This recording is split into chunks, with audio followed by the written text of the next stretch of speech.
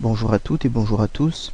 Nous allons voir aujourd'hui comment utiliser la fonction couche, autrement dit calque, du logiciel Scrapbook, logiciel dédié à l'utilisation donc du TBI de la gamme eBeam.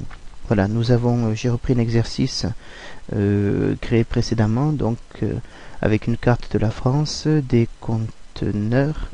Et ensuite, il me faut créer des contenus, c'est-à-dire des objets que je vais pouvoir déplacer à loisir et venir replacer sur la carte.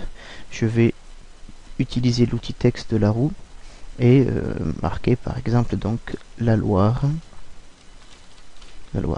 Le principe étant que les élèves vont ensuite, à l'aide de l'outil sélecteur, devoir passer au tableau pour amener les étiquettes dans les bonnes cases. Le principe, c'est que, le problème, c'est qu'effectivement, si un élève souhaite changer, ça peut modifier également. Vous voyez, là, je veux ressaisir, je tombe sur la carte, c'est pas pratique. Donc, l'idéal serait de pouvoir figer tout l'arrière. Alors, on peut le faire sous forme d'une image d'arrière-plan. Le plus simple est cependant d'utiliser la fonction couche du logiciel. Donc, je vais supprimer mon étiquette ici et passer par le menu affichage. Affichage, couche. Voilà. Le système de couche est en fait un système de calque. La couche supérieure, le calque le plus haut, est celui qui se place sur les autres. Je peux créer autant de calques que je le souhaite. Enfin, j'ai pas testé, mais bon, 4, 5, 6, il n'y a pas besoin d'en créer non plus 10 000. 3, 4 suffisent largement, dans la mesure où on va pouvoir inclure effectivement différents éléments. Donc le calque inférieur, je vais le verrouiller et me placer sur le calque supérieur. Donc sur ce calque, je peux également le masquer le temps du travail à l'aide de l'outil ici, en cliquant sur le petit œil. Je vais donc créer mes vignettes texte, donc avec les différents noms de fleuves, la Loire, la Garonne, le Rhin, allez, on va le mettre puisqu'il y est, la Seine, le Rhône, et nous allons également mettre la Meuse comme intrus, bien qu'il s'agisse de la rivière la plus importante en France après les autres fleuves. Voilà, donc là j'ai réalisé, donc ils apparaissent bien effectivement sur ce deuxième calque. Le calque avec le fond, les conteneurs est verrouillé, celui-ci non. Donc ce qui veut dire que je vais à présent pouvoir réaliser l'exercice, donc je peux fermer, voilà. Et si je veux bouger mes conteneurs, tout ceci donc est bloqué. Par contre, je ne pourrai bouger que les vignettes. Voilà, ça c'est une façon d'avoir une utilisation un peu plus pratique, un peu moins contraignante donc de l'outil, utiliser cet outil. Je peux également, donc en repassant par le menu affichage, vous allez voir donc couche, créer une nouvelle couche, donc elle s'intercale. Je peux ensuite alors tant qu'elle est vide, je ne peux pas la déplacer, je ne peux rien faire, donc il faut que j'y mette quelque chose dessus. Je vais bloquer celle-ci en attendant, de façon à être bien sûr de travailler sur celle-là. Je vais ajouter une aide par exemple. Donc ici j'ai récupéré une partie de tableau sur Wikipédia, je vais l'appeler aide avec donc les longueurs, etc. Donc je vais pouvoir placer cet élément par exemple en bas à droite de ma page.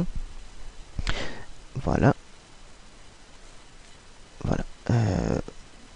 Là je ne sais pas, apparemment, tac, hop, tac, tac, je ne sais pas pourquoi il ne nous permet pas de le monter, de le verrouiller. Donc l'idéal ici, effectivement, c'est d'avoir ce champ là, le champ du fond qui est masqué complètement, les vignettes qui puissent passer par dessus effectivement le tableau, et ce tableau qui pour l'instant est masqué. Voilà, alors je vais faire un essai, je le laisse, hop, apparaître, je ferme, donc je vais pouvoir le déplacer puisque je ne l'ai pas bloqué par contre. Donc affichage, couche, je reviens en arrière, je le verrouille également de façon à ne pas pouvoir le bouger. Voilà, cette fois-ci je ne peux plus le bouger, je ne peux plus que déplacer les vignettes qui vont par contre passer par dessus. Tac. Voilà, donc l'objectif c'est de pouvoir faire l'exercice aux élèves sans cet apport, sans cette aide. Par contre, je peux également prévoir effectivement que cette aide soit disponible si les élèves en éprouvent le besoin. Dans ce cas-là, je peux masquer mon image. Voilà, elle existe toujours, elle est toujours présente ici. Dans un premier temps, si les élèves ont du mal à faire l'exercice, bon, on le laisse et on a la possibilité par contre d'afficher ensuite cette aide que l'on aura utilisée, que l'on aura prévue au cas où, effectivement, si les élèves ont des difficultés.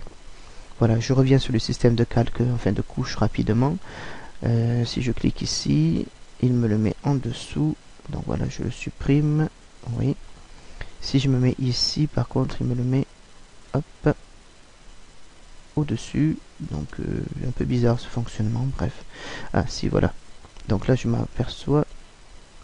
Mais tiens, hop, l'icône était activée. Je refais la manip pour voir. Ah, et là, effectivement, il y a la possibilité de... Alors, c'est lors de la création, apparemment, qu'il faut pouvoir... qu'il faut le manipuler, le placer. Par contre, je ne peux pas le placer tout en dessous. Vous voyez, je ne peux que créer des couches intermédiaires. C'est pas très pratique cette histoire. Enfin bon, voilà, je le supprime. Voilà, je vous remercie de votre attention et puis écoutez, je vous laisse profiter de ce système de couches. Simplement une petite précision, oui, une autre idée, c'est que l'on pourrait par exemple prévoir d'afficher également la correction sur une couche masquée plutôt que d'utiliser un système de grattage ou de format déplacé. Voilà, c'est tout pour aujourd'hui. Je vous remercie de votre attention.